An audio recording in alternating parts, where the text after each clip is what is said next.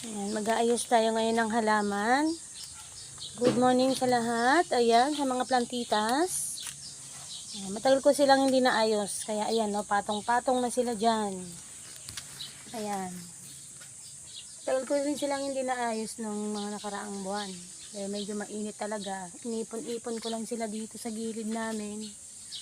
Nilagyan ko ng net. Ayan, kasi ayaw talaga nila sa matinding araw. Ang ganda nito, ang laki niya. Giant na siya. Ayan. Ngayon, binigyan ko sila ng time, mag-aayos tayo ng halaman. Mamaya, sa susunod na video natin, ipakikita ko yung arrangement nilang bago. Ayan. Bali, magkakat natin to. Ililipat-lipat ko na. Ayun, hindi na sila masaya sa paso nila. Oh. Lilit na ng dahon nila. Ayan, magkakat na tayo niyan dahil tag-ulan naman na. Ayan, ganda oh. Kahit kung ganito lang yung bahay nyo, kubo lang. Ayan, ako kubo lang ang bahay ko. Ayan lang siya, oh. Yaring kawayan lang siya, oh.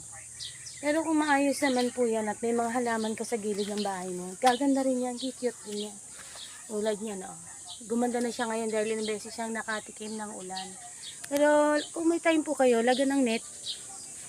Ayan, may net siya, oh. Kasi yung tindi ng init ng araw, ayaw nila yan, lalo na tong ganitong klaseng halaman. Si Prince of Orange natin. Ayaw niya ng matinding init. Ayan siya, oh. Okay na yan. Masinag ng araw dyan sa umaga. Huwag lang yung maghapon na kabilad. Dati ang dami nila. Ngayon eh, napabayaan ko kaya konti na lang. Pero para ramihin natin yan ulit. Ayan, oh. Si Marbles.